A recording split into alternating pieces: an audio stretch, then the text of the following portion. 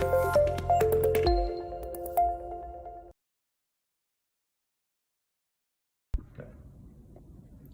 my name is Mooney. I am the clinic manager at Peninsula Vet Care in Mount Eliza.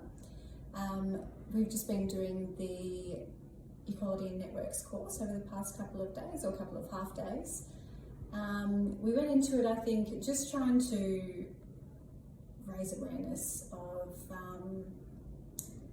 I guess, some of the newer terms and how we can sort of best navigate and be inclusive with the LGBTIQ+ community. Because that's something that we're more commonly seeing in our staff, which is lovely. And I certainly feel a lot more comfortable afterwards. I've learnt a lot about languaging and feel like I can put myself in somebody else's shoes a little bit better as well. Have a bit of a better understanding of it, what some of our team or our employees might be going through, better understanding than I did previously.